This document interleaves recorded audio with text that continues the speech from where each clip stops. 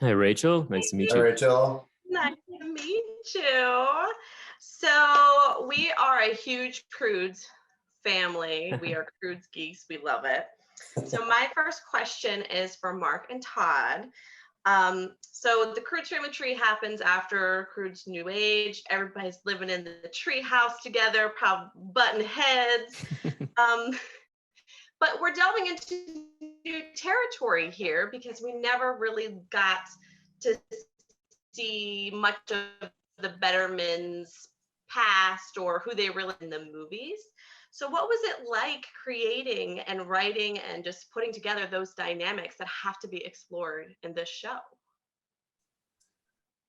You want to go, Todd, or you want? You go ahead.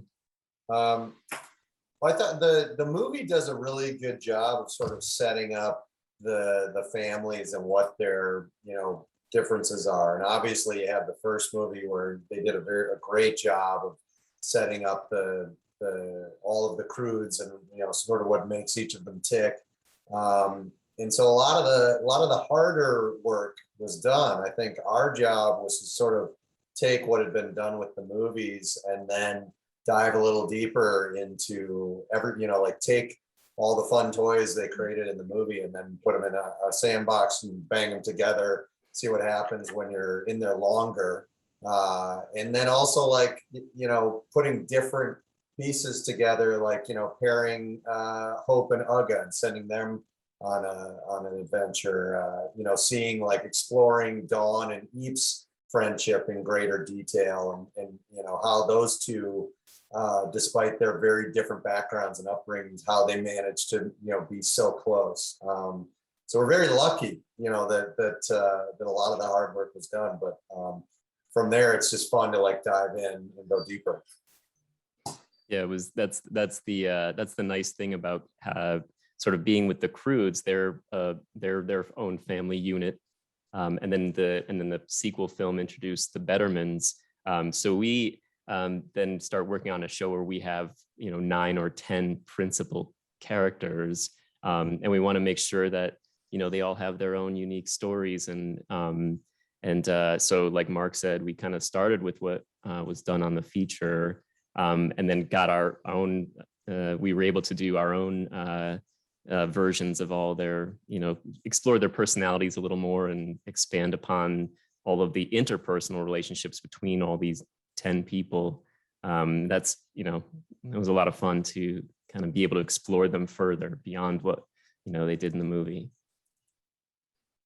Yeah, well, we screened some episodes and it was fantastic. It was like watching some of my husband's family and my family getting together for the first time trying to work through everything. So yeah. I thoroughly enjoyed it. And my kids. Oh, great. Well, that's what we're going for, is the awkward family moments. Right. It's great to have characters that all have different viewpoints and different perspectives. And then you get to see them have the discussion at the Thanksgiving dinner table. My next question comes from my 5-year-old. Yes. And she finally wanted me to ask. She loved the animals in the Croods movies. When we were streaming these episodes, she was like, "Oh my gosh, there they are again!" And she would want some as pets. That's how much she loves them. I think we all do. Will we see newer mashups in the show? And which ones are your favorite? All of you. Do you have a favorite animal? Mine's a peccadillo. I can definitely confirm that the animals are a big part of the show, and if you're a fan of the animals that you've seen in the movies, they are returning. I don't know how many. I think we can say that. Like the Belt and Sash are coming back. Monkeys. Douglas coming back. Chunky coming back. But we also, one of the fun things about the Cretaceous period is that all of the animals are hybrids of existing animals. So as you can imagine, the writing room, we have a lot of fun coming up with the animals. Every session I come in, I'm like, what combo? What? It's so fun. The mashups you're going to be very pleased, I think, if you're a fan of the Let's animals. see. So I'll let Todd. I've been yammering on. I'll let Todd or Amy talk about what their favorite might be. I think the one of my favorite that just the colors and everything that we get to explore with these mashed up animals. We had a barracuda, which might not sound It's like a hard mashup, to distinguish, but by it's the a way. bear and a barracuda. That's Yeah. right. But when you see it, it makes sense. Yeah, and you're like, oh, it's a barracuda. It was one of the first times we were able to make a mashed up animal that just sounded like a regular animal. But yeah, just the design that we did, it was so much fun, and it looks beautiful. And in the episode, they're really fun characters. So I believe we can also the Bulruses. the Bulruses. I don't know if that was but we bull and walrus, and we have an episode where we sort of do our take on the running of the bulls. It's the flopping of the Bulruses. Big action episode, a lot of fun. Yep. Yeah. I like the punch monkeys because it's really fun to communicate. Punch monkeys. Right. That's one of the funniest. People wishes that they could communicate with other people in that way sometimes. Right. It's quite it's an interesting language to learn. Yeah. I will tell you. Yeah, the punch monkeys are also, because their neighbors now are also So we're with them quite a bit. Yeah, they play a big part in the show. Thank you. I'm fluent, by the way. Yeah. So this question is for Amy, and this was inspired by my 5-year-old. After watching, screening the episodes, I pulled up your bio, and I was trying to help connect who the voice was. They're not actually the Croods. They are voiced by actors, and I was, and it blew her mind in a way. She was like, "These people pay? They're real people?" And so my question to you is, what advice do you have for aspiring voice actors, or for anybody that wants to get into the business?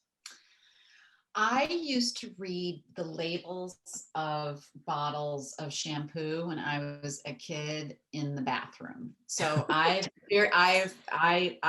would suggest, I always wanted to be in voiceover. My father is a disc jockey. So I grew up, he was a very famous disc jockey. He's in the Rock and Roll Hall of Fame Museum, and he was inducted into the Broadcasters Hall of Fame. So I grew up in studios and around microphones, and I found playing, different voices and doing characters and writing scripts. Even when I was little, my sister and we would put on plays for our parents. And so I think like just getting creative in storytelling early on, and also playing with a microphone. What's great now is we all have so much more access. I mean, we all have like the ability to have, a microphone in our house. This was not such an easy thing to have before. And even on your, if you're a kid, your parents have an iPhone you can play with. So play with the voice memo and I would listen to commercials too. Commercials is probably not as exciting sounding, but it's a wonderful way to pay the bills as you try to get the more creative jobs. And reading copy from magazines sounds silly too, but I would literally read out loud all the time and pretend and play.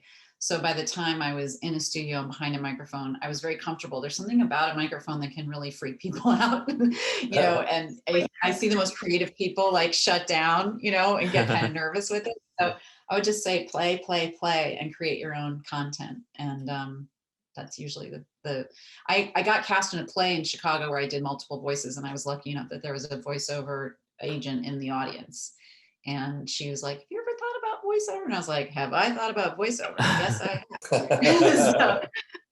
have." So I was lucky in that way to get in that way. So, but it's a great job if you can figure out a way. Well, thanks